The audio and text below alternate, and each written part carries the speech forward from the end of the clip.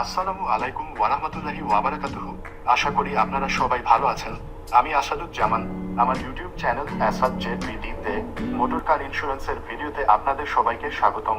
আজকের বিষয় motor vehicle ইন্স্যুরেন্সের প্রকারভেদ, কাভারেজ, প্রিমিয়াম ক্যালকুলেশন এবং মোটর বীমার দাবি প্রক্রিয়া।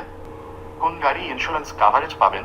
মেকানিক্যালি প্রোপেলড ইঞ্জিন কারের ইন্স্যুরেন্সকে মোটরযানের ইন্স্যুরেন্স বা মোটর বীমা বলে।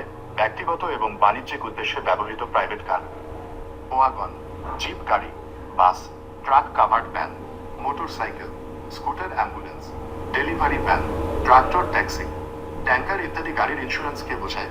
প্রথমেই আমরা আলাপ করব থার্ড পার্টি ইন্স্যুরেন্স নিয়ে। এটাকে এক লায়াবিলিটি ইন্স্যুরেন্সে বলা হয়। এক লায়াবিলিটি ইন্স্যুরেন্স দুর্ঘটনার কারণে তৃতীয় পক্ষের যেমন জানমালের এবং জীবনের সীমিত দায় কাভার করে। এর উল্লেখযোগ্য বৈশিষ্ট্য হল থার্ড পার্টি লায়াবিলিটিতে সীমিত দায় গ্রহণ করা হয়। তৃতীয় পক্ষের মৃত্যুজনিত এবং আঘাতজনিত সীমিত দায়, তৃতীয় পক্ষের সম্পত্তির সীমিত দায়, প্যাসেঞ্জার অথবা যাত্রীদের মৃত্যুজনিত এবং আঘাতজনিত সীমিত দায়, প্যাসেঞ্জার অথবা যাত্রীদের সম্পত্তির সীমিত দায়। থার্ড পার্টি লায়াবিলিটিজ সেটেল হতে কোর্টে বা আদালতে সাধারণত 5 থেকে 7 বছর লেগে যায়। দ্বিতীয় ধরনের ইন্স্যুরেন্স হচ্ছে কম্প্রিহেন্সিভ মোটর ভেহিক্যাল ইন্স্যুরেন্স।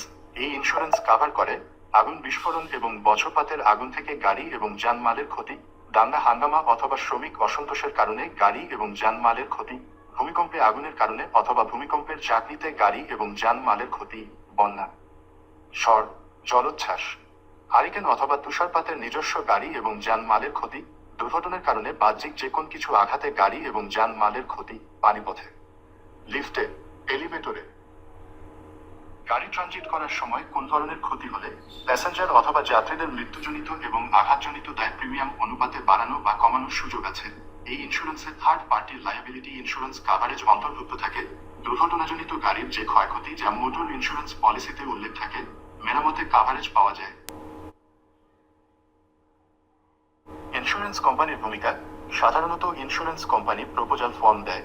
এই প্রপোজাল ফর্মে দেওয়া তথ্যের উপর ইন্স্যুরেন্সের প্রিমিয়াম নির্ধারণ করা হয়।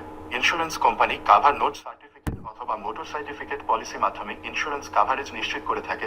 প্রদত্ত প্রিমিয়ামের বিপরীতে ইন্স্যুরেন্স কোম্পানি মানি রিসিপ্ট দিয়ে থাকে। এই কভারেজ সাধারণত 1 বছরের জন্য হয়ে থাকে। এটা সংক্ষিপ্ত সময়ের জন্য নেওয়া যায়। মোটর ইন্স্যুরেন্সের প্রিমিয়াম ক্যালকুলেশন। গাড়ির রেজিস্ট্রেশন অনুযায়ী অন ড্যামেজ প্রিমিয়াম এক লায়াবিলিটি প্রিমিয়াম যোগ হয়। এরপর গাড়ির প্যাসেঞ্জার এবং ড্রাইভারের জন্য নির্ধারিত প্রিমিয়াম যোগ হয়। গাড়ির লোডিং ক্যাপাসিটি এবং কিউবিক ক্যাপাসিটি অনুসারে প্রিমিয়াম বাড়ে কমে। যদি কোন বছরে ক্লেম না করা হয় তাহলে বীমা গ্রহীতা নো ক্লেম বোনাস উপভোগ করে। যদি গাড়িতে কোন ভেহিক্যাল ট্রেকার লাগানো থাকে তাহলে বীমা গ্রহীতা একটি নির্দিষ্ট অনুপাতে ছাড় পায়। বীমা গ্রহীতা চাইলে কিছু রিস্ক বাদ দিতে পারে। এরপর নেট প্রিমিয়ামের উপর 15% বীমা ভ্যাট ধরা হয়। যদি পূর্ব বছরে কোন ক্লেম হয়ে থাকে তাহলে ক্লেম লোডিং হয়ে থাকে। নেট প্রিমিয়াম এবং ভ্যাট যোগ করে গ্রস প্রিমিয়াম হয়। মোটর ইন্স্যুরেন্সের ক্লেম প্রসেস বা প্রক্রিয়া শুরু হয় গাড়ির দুর্ঘটনার পর। মোটর ইন্স্যুরেন্সের ক্লেম প্রসেস বা প্রক্রিয়া শুরু হয় গাড়ির দুর্ঘটনার পর। সাধারণত টোটাল লস এবং মেরামত জনিত ক্ষতি প্রদান করা হয়, অথবা মোটর পলিসির কন্ডিশনে না মিললে ক্লেম দেওয়া হয় না। যদি বীমা দাবির পরিমাণ মনোপুত না হয় তাহলে নিয়ম মেনে আরবিট্রেশন বা সালিশ অথবা আইনের আশ্রয় নেওয়া যায়। মনে রাখবেন, ফার্স্ট কামস ফার্স্ট। গাড়ি দুর্ঘটনা হওয়া মাত্র ইন্স্যুরেন্স কোম্পানিকে স্বীকৃত মাধ্যমে জানাতে হবে। জরিপকারী প্রতিষ্ঠানের এবং ইন্স্যুরেন্স কোম্পানিকে প্রয়োজনীয় চাহিদা মোতাবেক কাগজপত্র সরবরাহ করতে হবে এবং এর লিস্ট সংগ্রহ রাখতে হবে। মোটামুটি কমন প্রয়োজনীয় কাগজপত্রের লিস্ট এখানে দেওয়া হলো। আপনাদের যে কোনো সহযোগিতার জন্য আমাদের সাথে যোগাযোগ করতে পারেন। ভালো থাকবেন, পরিবারের প্রতি যত্ন নেবেন। আল্লাহ হাফেজ। এই ভিডিওটি আপনাদের ভালো লাগলে এবং উপকারে আসলে লাইক এবং সাবস্ক্রাইবও দিয়ে আমাদের সাথে সংযুক্ত